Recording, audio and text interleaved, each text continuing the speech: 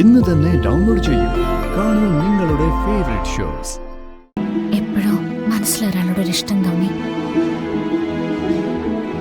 അതോ അതിലും വലിയൊരു ദുരന്തത്തിൽ കലാശിച്ചു.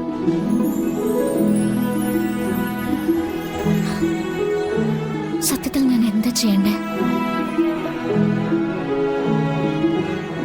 അങ്ങയോടുള്ള ഭക്തിയോടുകൂടി ഏതെങ്കിലും ഒരു ആശ്രമത്തിലേക്ക് പോയാലോ എന്ന് ആലോചിക്കാം. അങ്ങനെയാകുമ്പോ എന്നെ പതുക്കെ പതുക്കെ എല്ലാരും മറന്നോളും. വരണം മറക്കും.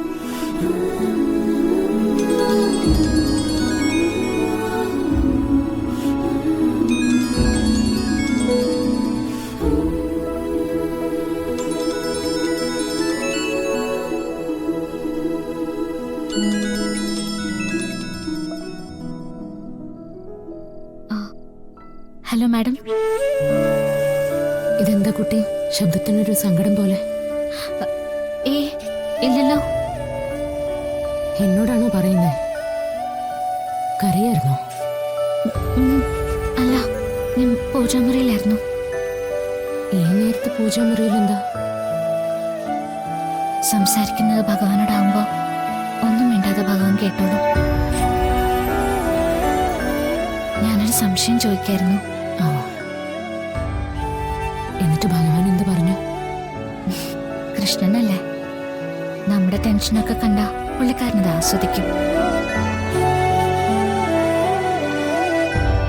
ശരി, ഒരു കാര്യം ചെയ്യാം. സംശയം എന്താന്ന് വെച്ചാ അത് എന്നോട് ചോദിക്കാം. എന്ന് ചോദിക്കട്ടെ? ചോദിക്കേ. ഞാനേ ഏതെങ്കിലും ഒരു ആശ്രമത്തിലേക്ക് പോയാലോ എന്ന് ആലോചിക്കാം. എന്തിന്? ആശ്രമത്തിലേക്ക് പോകുന്ന എന്തിനാ? ജീവിതത്തിലെ മോഹങ്ങളൊക്കെ അവസാനിപ്പിച്ച് സന്യാസ ജീവിതം നയിക്കാൻ തന്നെ. എനിക്ക് അങ്ങനെയുള്ള ജീവിതമാണ് വിധിച്ചിട്ടുള്ളതെന്ന് തോന്നുന്നു മാഡം. ഒരു കണക്കിന് അത് തന്നെ നല്ലതും. പിന്നെ അങ്ങനൊരു തീരുമാനമൊന്നും മോളെടുക്കേണ്ട കാര്യമില്ല. ഒരു ആശ്രമത്തിലും പോകേണ്ട കാര്യമില്ല. മോളുടെ കൂടെ കൃഷ്ണൻ എപ്പോഴും ഉണ്ട്.